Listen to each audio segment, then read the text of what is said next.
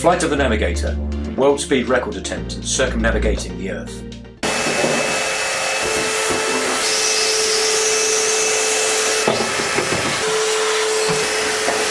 I'm having a major blitz of the workshop and the aircraft at the moment. Having finished the canopy last week, the whole place is full of dust, mainly from the filler and the fiberglass that's been used to finish the unit off. Let's go and have a quick look at the canopy.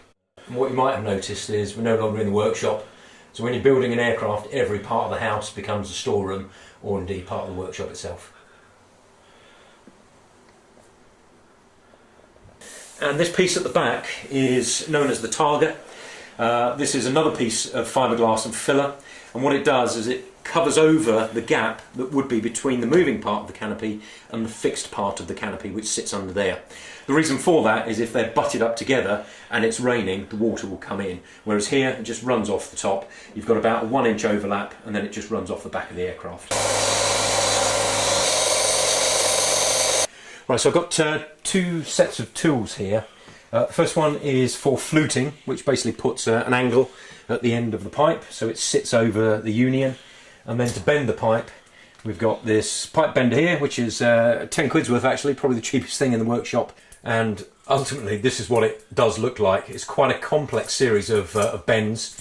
All of the fittings have to be put on beforehand because you've got fluting both ends, which mean they won't slip over the top. And this is one of 2 or 3 elements in the cockpit which vent the fuel pipe when it's on the ground and pressurise the fuel tanks when the aircraft's in the air.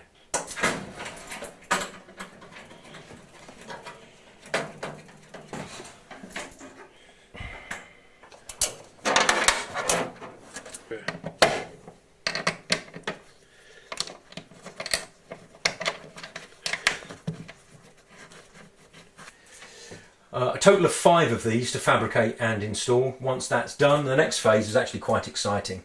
It's a case of hanging the engine mount, and then after that the undercarriage legs will go onto that, so by Christmas the aircraft should be up on its own wheels. To keep up to date with the Flight of the Navigator project, visit our website or check out the Facebook page.